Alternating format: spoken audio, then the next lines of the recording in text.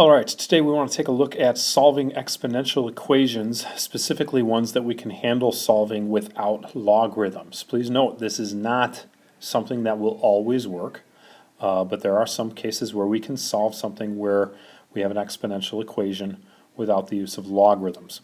One question that might be coming right now is, what is an exponential equation? Well, an exponential equation is something like 2 to the x equals 8, where we have our variable as an exponent. Alright, if our variable is an exponent, we have an exponential equation. It gets a little bit tricky when it's up there in the exponent. Our very simple, I don't want to know if it's a list of what we need to do, way to solve these guys is first make it so that both sides of the equation use the same base. Alright. Some of them will already be written with the same base, some of them we might need to do some work.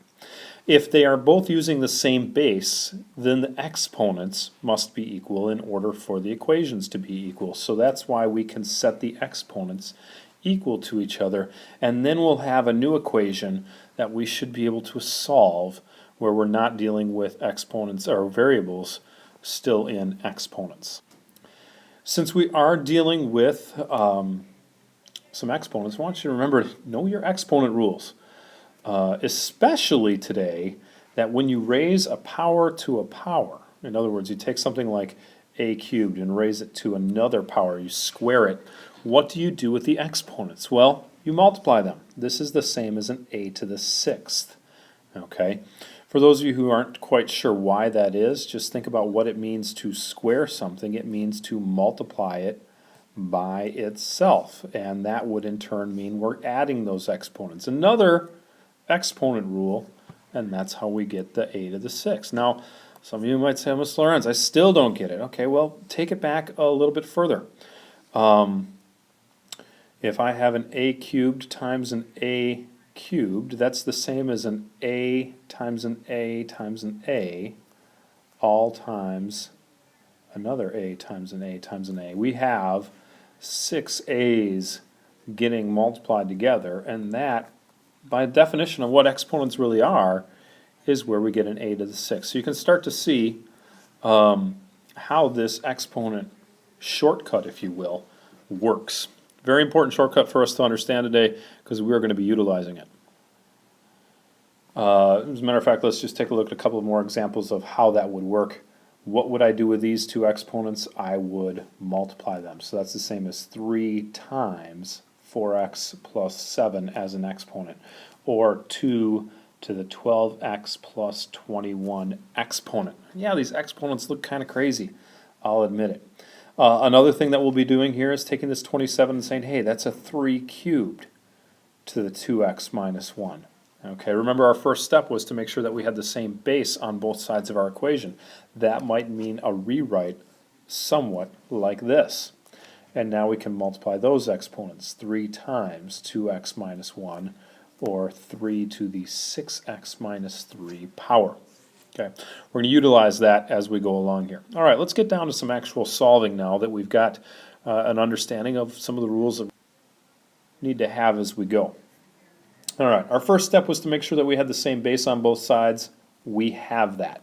Our next step then is going to be simply to take the 9x minus 3 and set it equal to that 4x plus 12 and solve from there. We'll subtract the 4x from both sides and add the 3 to both sides.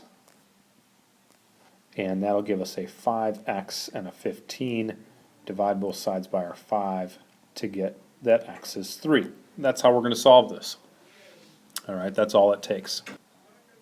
As we go further though, you might see that our bases are not always the same. So 16 is the same as a 4 squared. So that's like saying 4 squared to the x power. And we'll leave that 4 to the 3x minus 2 power on the other side just fine as it is. One could say that we could drop this all the way down to a base of 2, but we don't need to.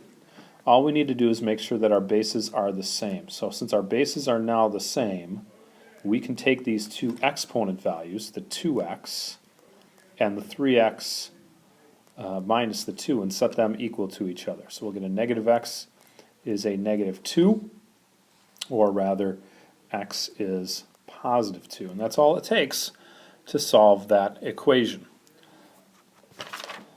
Last one for today. In this case, we're going to have to change both of these values. Now, as you do this, you're going to have to become a little bit more familiar with, or a little bit more comfortable with, your powers and your various bases. Okay? If you are not sure what to break that 125 down into, just start factoring it as much as you can. Break it into a factor tree if that helps. And hopefully what you'll find is that you're dealing with something to a power, and you can utilize that. We'll change the 25 into a 5 squared and put that to the 3x minus 1 power. Once again, when you're multiplying something that already has an exponent, exponent of 5 to the third power, and you raise it to another power, x plus 7, all you do is multiply those two exponents together. So we got a 3x plus a 21. And once again, multiply on this side as well. We'll get a 6x minus a 2. And now we have bases that are the same on both sides, which means these exponents have to be the same value. And when we say things are the same in math, that literally means they're equal to one another. So we have a 3x minus, plus a 21 is equal to a 6x minus a 2. Or a 21 is equal to a 3x minus a 2. Finish solving from there. And you'll notice that this one doesn't come out looking all that pretty. X becomes a 23 thirds. And that's the actual value. Ugly things can happen. It's all right. Don't worry about it. It did not turn out to be a fraction because we started off with a more complicated problem. It came off to be a fraction because the problem itself and the exponents turned out to work that way. So a reminder, make it so that both sides of the equation use the same base. Once they have the same base, those exponents are equal. So set them equal to each other. Make a new equation, and then you can solve that new equation. I hope this helps as you start to learn to solve equations that have variables as exponents. There's a lot more that can happen with this. This is just the beginning.